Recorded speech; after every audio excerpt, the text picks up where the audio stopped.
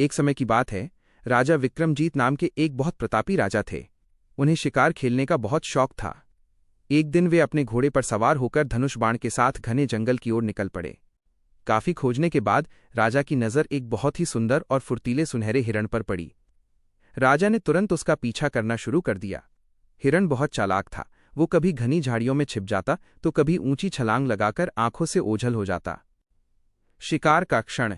अंत में राजा ने एक सही अवसर देखा और अपना तीर छोड़ दिया। तीर सीधे हिरण को जाकर लगा और वह जमीन पर गिर पड़ा।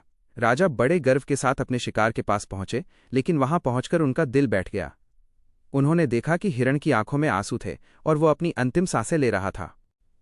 ऋषि की सीख। तभी पास की एक कुटिया से एक वृद्ध ऋषि बाहर आए। उन्होंने करुणा भरी आवाज में राजा से कहा, हे राजन, अपनी खुशी और मनोरंजन के लिए किसी निर्दोष के प्राण लेना वीरता नहीं है।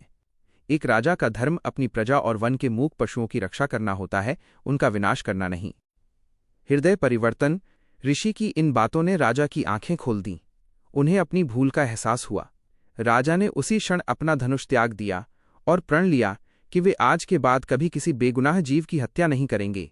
उन्होंने अपने राज्य में शिकार पर पूरी तरह से पाबंदी लगा दी और पशुओं की सुरक्षा के लिए कई वन क्षेत्र आरक्षित कर दिए। शिक्षा। सच्ची वीरता और शक्ति दूसरों को जीवन देने में है, उन्हें मारने में नहीं।